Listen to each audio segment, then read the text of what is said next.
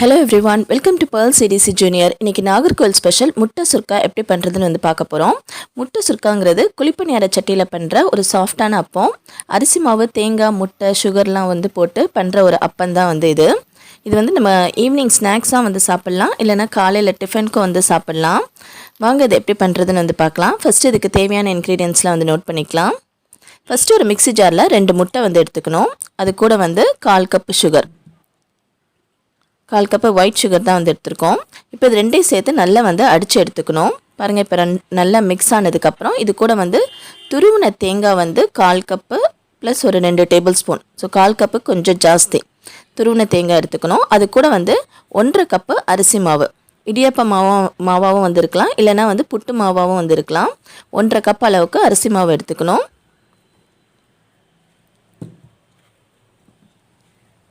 இப்போ இது கூட வந்து 1/4 கப்பு தேங்காய் பால், நல்ல திக்கான தேங்காய் பாலாக 1/4 கப் எடுத்துக்கலாம். இது கூட வந்து 1/4 டீஸ்பூன் பேக்கிங் சோடா, 1/2 டீஸ்பூன் உப்பு, இது எல்லாத்தையும் மிக்ஸி ஜாரில் போட்டு நல்ல ஒரு அடித்து எடுத்துக்கலாம். இப்போ நல்லா மிக்ஸ் ஆகிடுச்சு, மாவு எல்லாமே நல்லா மிக்ஸ் ஆகிடுச்சு. இப்போ இது இன்னொரு பவுலுக்கு வந்து நம்ம மாற்றிக்கலாம். அந்த மாவு பதம் வந்து இந்த மாதிரி வந்து இருக்கணும், கொஞ்சம் நல்லா திக்காக வந்து இருக்கணும். தோசை மாவோட வந்து கொஞ்சம் தண்ணியாக வந்து இருக்கணும். இப்போ ஒரு குழிப்பணியார சட்டி எடுத்துகிட்டு அதை சிம்மில் வந்து வச்சுக்கலாம். வச்சுட்டு எண்ணெயும் நெய்யும் கலந்து வந்து ஒவ்வொரு குழிலையும் ஊற்றிக்கலாம், இல்லைனா எண்ணெய் மட்டும் கூட நம்ம வந்து ஊற்றிக்கலாம். இப்போ அந்த மாவு வந்து ஒரு டம்ளரில் வந்து எடுத்து வச்சுக்கிட்டோன்னா நமக்கு ஊற்றுறதுக்கு வந்து ஈஸியாக வந்து இருக்கும். இப்போ ஒவ்வொரு குழிலையும் வந்து அந்த குழி வந்து 3/4 நிரம்புற அளவுக்கு வந்து நம்ம மாவு ஊற்றிக்கணும்.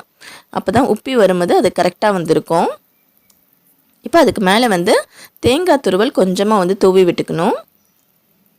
எல்லா குழிப்பணியாரத்துலேயும் வந்து அந்த தேங்காய் துருவல் கொஞ்சம் தூணதுக்கப்புறம் இதை மூடி போட்டு 3லேருந்து 4 நிமிஷம் வரைக்கும் சிம்மில் வச்சு வேக விடணும்.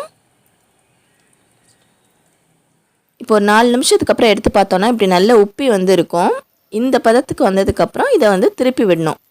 ஒவ்வொரு குழிப்பணியாரத்தையும் இப்படி நம்ம வந்து திருப்பி விட்டுக்கலாம். திருப்பி விட்டோன்னா அந்த இன்னொரு பக்கம் லைட்டாக ப்ரௌனாக இருக்கும். 2 சைடுமே வந்து நமக்கு லைட்டாக ப்ரௌனாக இருக்கணும்.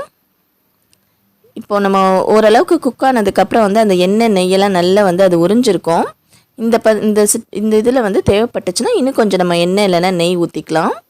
ஊற்றிட்டு இப்படி ஒவ்வொரு பக்கமாக திருப்பி விட்டு வந்து இது வேக விடணும். ஒரு குச்சி விட்டு பார்த்தா அது க்ளீனாக வந்துச்சுன்னா நமக்கு குக் ஆகிடுச்சு. ப்ளஸ் கொஞ்சம் லைட்டாக ப்ரௌனாக இருந்துச்சுன்னா நம்ம எடுத்துடலாம் வெளியில்.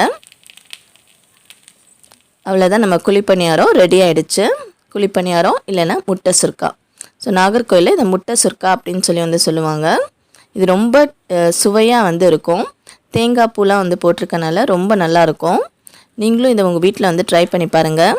இந்த மழை காலத்தில் இதை சூடாக செஞ்சு சாப்பிடும்போது ரொம்ப நல்லாயிருக்கும். இதில் வாசனைக்காக ஏலக்காய் தூள் வேணால் வந்து சேர்த்துக்கலாம். ஆனால் ஏலக்காய் தூள் சேர்க்காமலே வந்து தேங்காய் பால், தேங்காய் பூவுடைய வாசத்தில் இது ரொம்ப நல்லாயிருக்கும். இது ரொம்ப சாஃப்டாக சுவையான ஒரு அப்பம். உங்களுக்கு கண்டிப்பாக வந்து பிடிக்கும்னு சொல்லி வந்து நம்புகிறோம். இந்த வீடியோ லைக் பண்ணுங்கள், ஷேர் பண்ணுங்கள், சப்ஸ்கிரைப் பண்ணுங்கள். தேங்க்யூ ஃபார் வாட்சிங்.